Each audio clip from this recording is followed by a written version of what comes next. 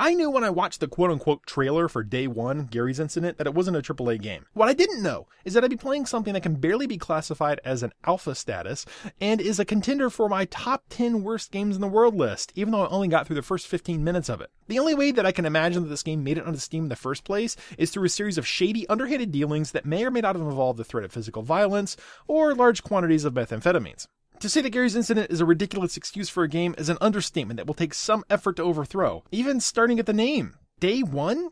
Garry's Incident? At first blush, it may sound like the game is part of a series, but then you wonder if it's somehow related to Garry's Mod. I mean, maybe it is part of a series? I don't know, but if that's the case, it's still a stupid name, because series numbers typically go at the end of titles, not at the front. Without the subtitle of Garry's Incident, Day 1 tells you nothing about the game at all and could stand for anything from an accounting simulator to an RPG. Garry's Incident isn't much better than Day 1, but at least it elicits some vague sense of unease and adventure, so why is it the subtitle? The title, as mind-numbingly stupid as it is, isn't the worst thing about Garry's Incident. Not by a long shot. I've got a list literally as long as my arm of the things that are bad about this game, but I wasn't able to record for long enough to have enough footage to go in the backdrop to cover all the things that are wrong with it. So I'll just hit the highlights, starting with the graphics. And graphically, Garry's Incident looks like it was made 10 years ago. And I don't just mean one aspect of it, I mean all of it. The textures, the animation, the effects, the menus, everything looks 10 years old.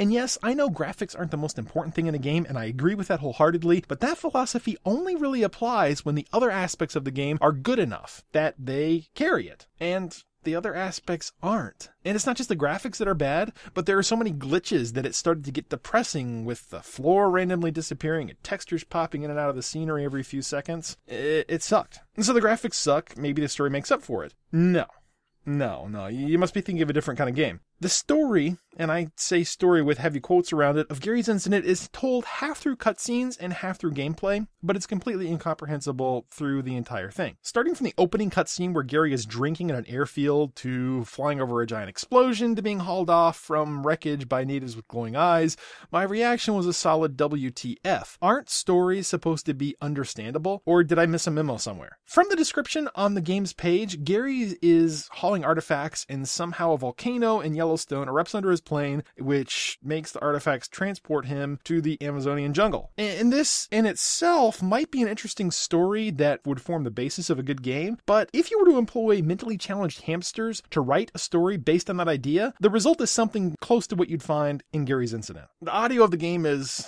well, like the rest of it, it sucks.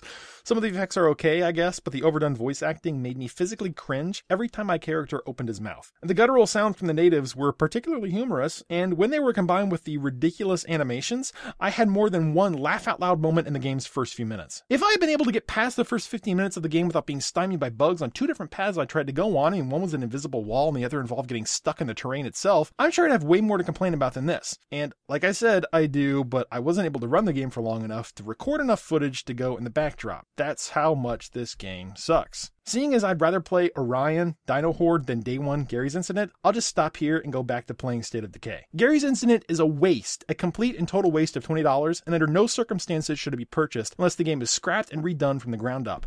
Even then, it would take a miracle to make it remotely playable or interesting. I'm Mike with Game Night with Mike. Thanks for watching, and I'll be back with more videos very soon.